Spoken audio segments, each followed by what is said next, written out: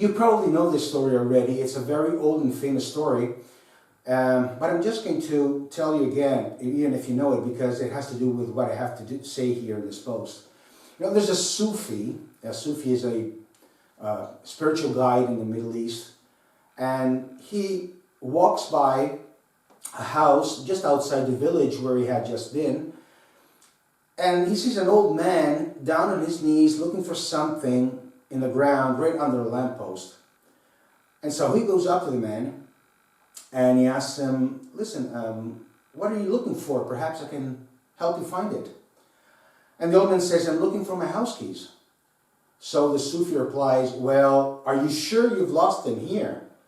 And the old man says, no, the house keys are home, but it's dark in there and the light is out here. The reason I'm relating you this story is because it has a lot to do with what I'm trying to explain in this post. In my last post, I've talked a lot about intuitiveness, counterintuitiveness, intuitive thinking, and I want to take it a step further here today to explain how difficult it is for people to abandon intuitive thinking and go into counterintuitive thinking. Because what I'm trying to say, to explain, is in fact how systems or systems dynamics can help you turn your business around. But in order for you to do this, you have to change your way of thinking. And that is not comfortable for anybody. Just like for the old man, who prefers to look for his keys under the light. That's intuitive. That's intuitive thinking.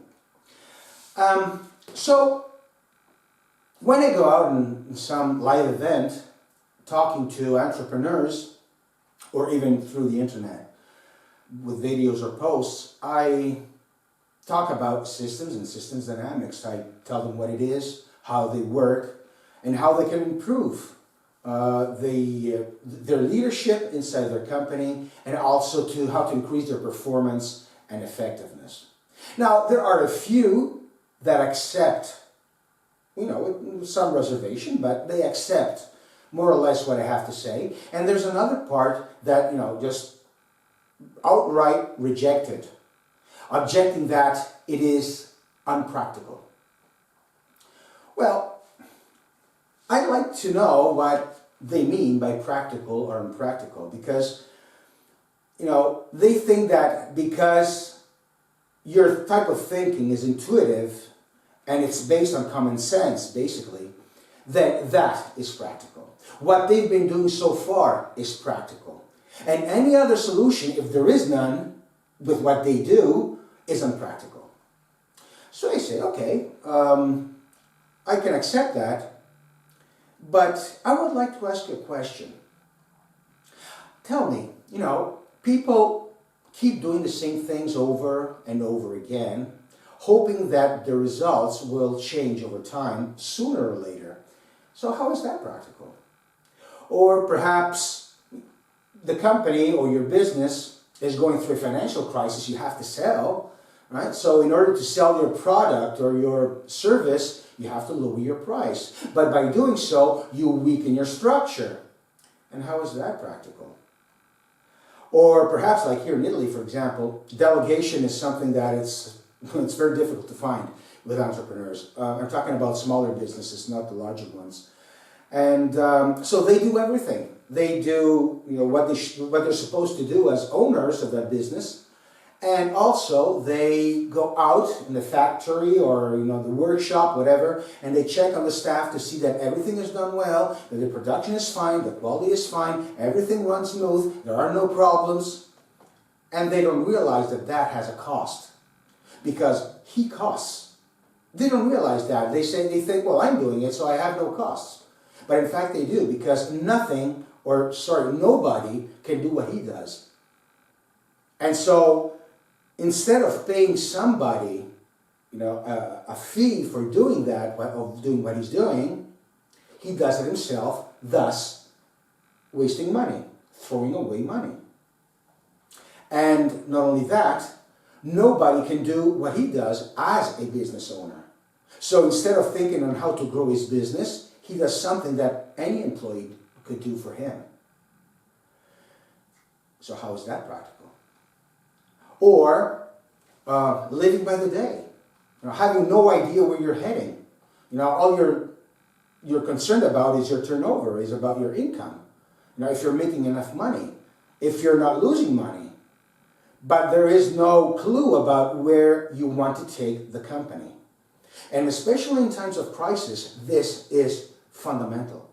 Because if you do not have something to focus on, which is where you're heading, the only other focus you're left with is your problems. And if you're focused on your problems, you can't go forward. You don't know where you're going. So when I say this, they kind of consider it, but that doesn't mean they're convinced.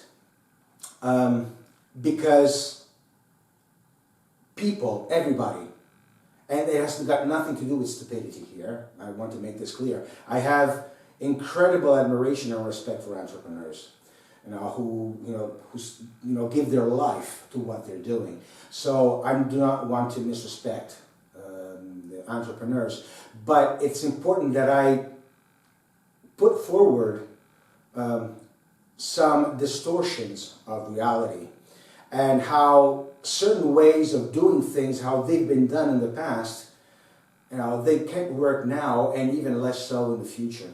So I have to provoke them. And that's my job. Otherwise, they will not move from there. They will hate me. They won't want to talk to me again. That's okay. That's fine. That's part of the deal.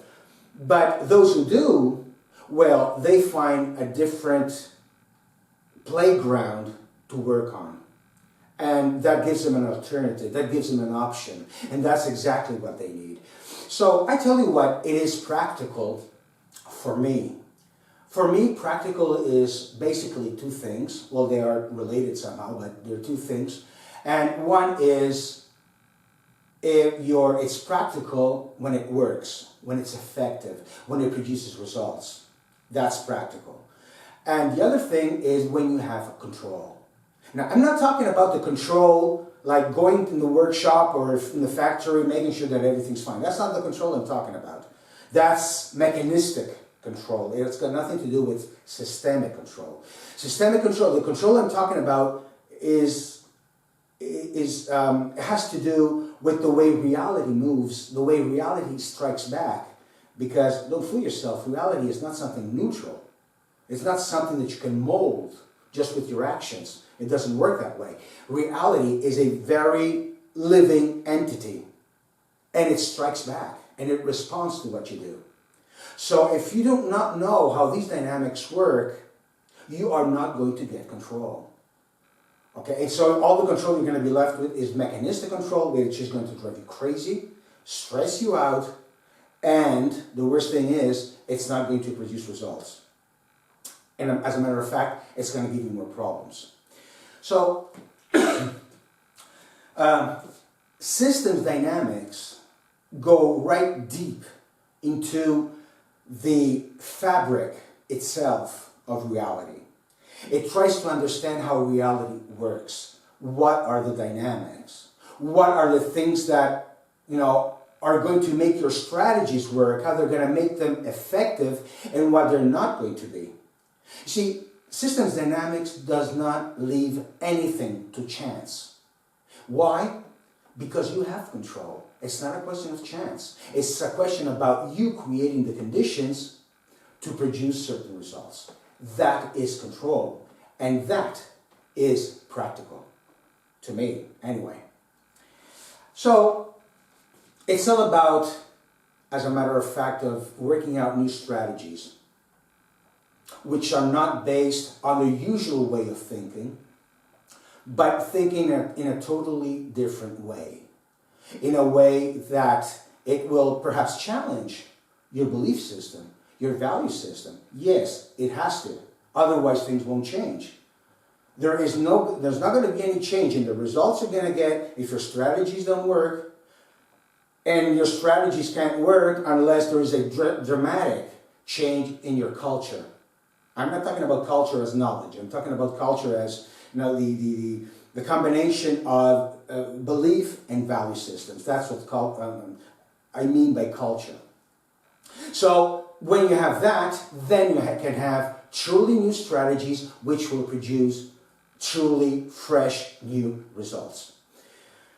Yes, it is hard to look for the key in your house when it's dark. But the question is, do we have any other option?